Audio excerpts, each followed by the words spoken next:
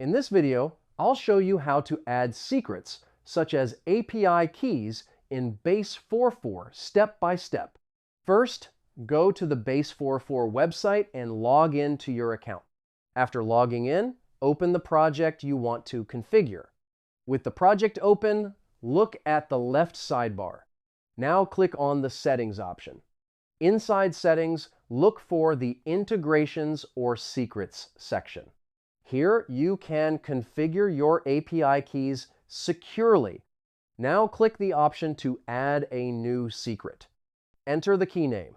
For example, you can use names like API key, Supabase key, or Stripe key.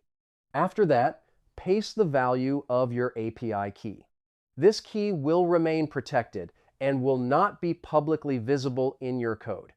Now save the configuration. After saving, the API can be securely used inside the project.